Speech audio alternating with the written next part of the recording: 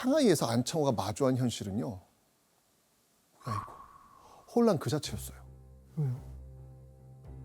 대한민국 임시정부가 상하이뿐만 아니고요. 두 곳에 더 있었던 겁니다. 먼저 러시아에는 대한국민의회라는 이름으로 핵심 인물은 이동희였습니다. 또 국내에는 한성정부라는 이름으로 수반은 독립운동가 이승만이었습니다. 자, 이렇게 국내외에 임시정부가 동시다발적으로 생기면서 리더 또한 제각각이었다는 것이죠. 당시 임시정부의 필요성을 느낀 거는 사실 3.1운동 이전부터의 한국인들의 바람이었어요. 독립운동을 총지휘할 수 있는 기관이 필요했던 것이죠. 그런데 이제 막상 3.1운동이 일어나니까 여러 군데에서 임시정부가 수립이 됩니다. 7에서 8 정도 지금 밝혀진 사실만으로도 그렇지만요. 이런 실질적인 행정 조직을 갖추고 기반을 갖춘 정부가 바로 이 새 정부였던 것이죠. 민족의 힘을 하나로 모아 똘똘 뭉쳐 일제에 대항해야 할 이때 오히려 민족끼리 분열될 수도 있는 그런 커다란 문제에 직면한 거죠. 우리도 여기서 만약에 반장 인정 안 하고 나도 그렇죠. 반장이야 여기도 반장이야 하면은 계속 HTX가 안 갈 것 같아요. 화합이 안 되니까. 그렇죠. 그런데 나라와 민족에게 문제가 발생하면 그 어떤 난관에 가로막혀도 해결해야 직성이 풀리는 슈퍼맨 안창호. 안창호는요, 흩어진 세계 임시정부를 하나로 대통합하기로 결심합니다. 근데 허락을 해야 되잖아요. 그렇죠. 만약 통합할 경우 통합된 임시정부의 수장은 누구로 세울 것인지 또 임시정부의 위치는 어디로 정할 것인지 건지. 와, 이거 뭐 수많은 난제에 부딪힐 수밖에 없는 거예요. 자, 여러분들이 만약에 이때 슈퍼맨 안창호라면 어떻게 해결하시겠습니까? 일단 저는 조금 더 일제에서 벗어나서 조금 자유롭게 하려고 하는 거니까 일단 한성은 좀 어려울 것 같고 네. 블라디보스크는 너무 추워요. 그럼 남은 게 상하이 임시정부. 그럼 여기로 모이실까요? 하면 받아들여 줄까요? 이거를 어떻게 하죠? 자, 이때 우리의 안창호 고심을 거듭하다 모두에게 이런 제안을 합니다. 오직 국내에서 13도 대표가 창설한 한성 정부를 계승할 것이다. 당시 일제는요, 한반도를 13개의 도로 나누어 통치하고 있었습니다. 그래서 한성 정부는 당시 13개의 도를 대표하는 20여 명의 독립운동가와 민족 지도자들이 모여 만든 단체입니다. 그러니까 안창호는 한성 정부가 더 정통성이 있다고 판단을 한 거예요. 그래서 상하이와 러시아의 임시정부를 없애고 한성 정부를 계승해 통합 임시정부를 만들자고 제안을 한 겁니다.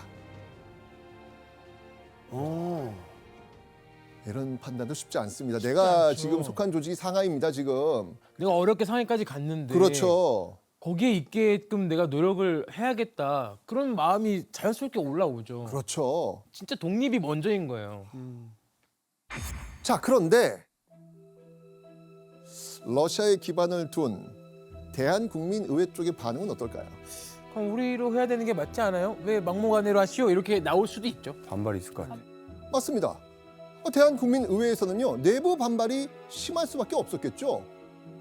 자, 이러면서 대한국민의회 측이 통합에 반대합니다. 자, 상황이 이렇게 되니까 안창호 또다시 해결책을 찾아 나섭니다. 바로 대한국민의회의 실질적 리더 이동희를 설득해 보기로 한 거예요. 끝까지 설득하는 거예요. 이 설득의 설득 끝에 안창호는요, 새로운 통합 임시정부의 2인자 자리인 국무총리에 누구를 참여시키게 된다? 이동희를 참여시키게 되는 거예요. 그 결과 임시정부 수반은 대통령 이승만, 두 번째로 높은 국무총리는 이동희가 앉게 됩니다. 그렇게 대한국민의회를 극적으로 설득하는 데 성공한 안창호는요, 합동 취임식을 치르는 것으로 세계의 임시정부는 통합을 이룰 수 있게 된 겁니다. 선생님, 한성 정부의 정통대로 따르기로 했잖아요. 근데 어떻게 임시정부는 상하이에 있게 된 거예요? 네. 이 상하이에는 외국인들의 치해복권을 유지하는 조계지들이 있었거든요. 우리 임시정부는 프랑스 조계지의 자리를 잡고 있었는데요.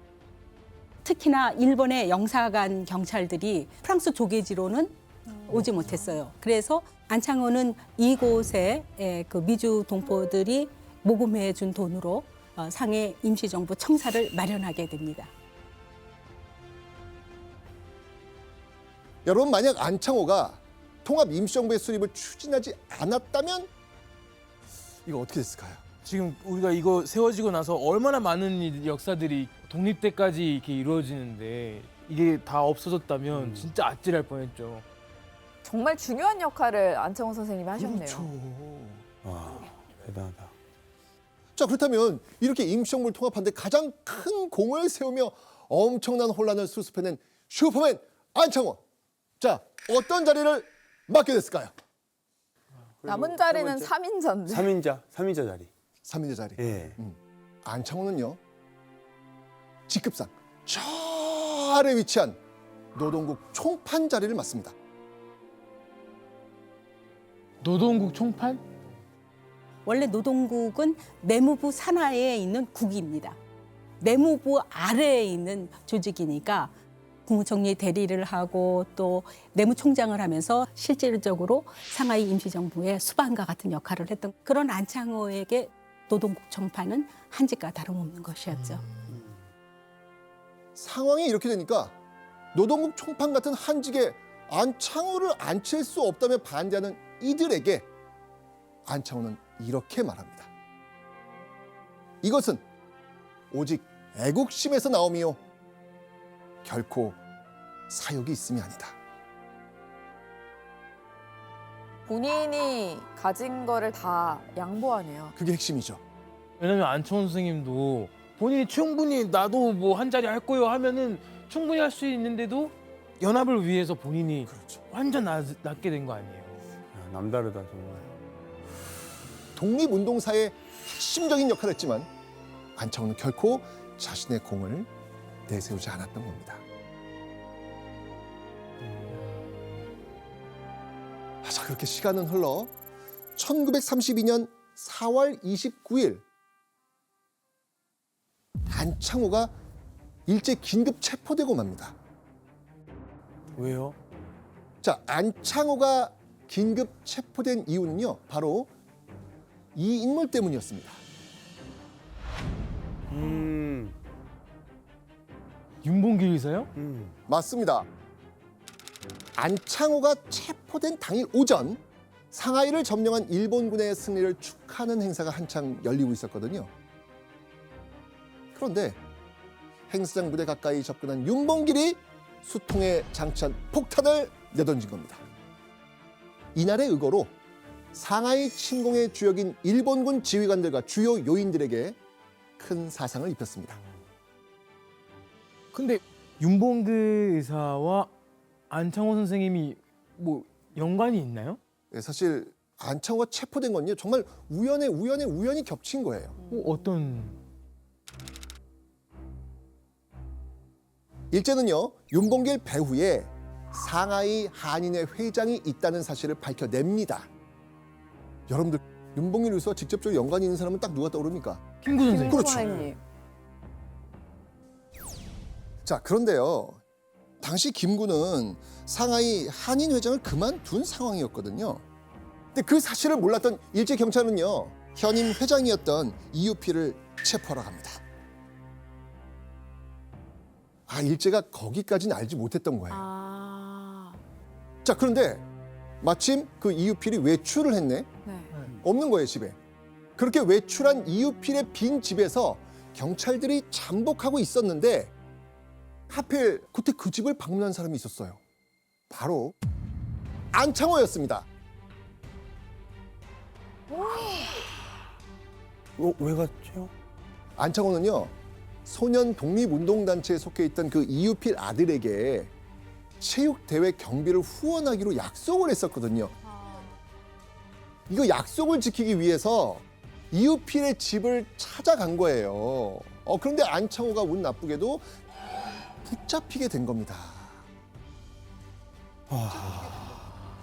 당시에 안창호 선생님에게 집 밖으로 나오지 말라라는 전원을 김구 선생님이 했는데요. 안창호 선생님은 그 전원을 받기 전에 집을 나섰기 때문에요. 전화를 못했었고요.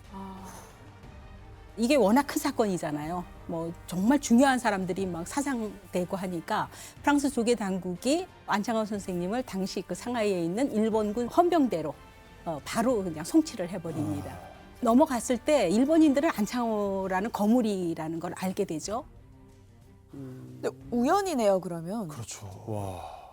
그렇게 1932년 6월 54살의 안창호는 경성에 있는 경기도 경찰부로 호송돼 유치장에 수감이 됩니다. 아이고.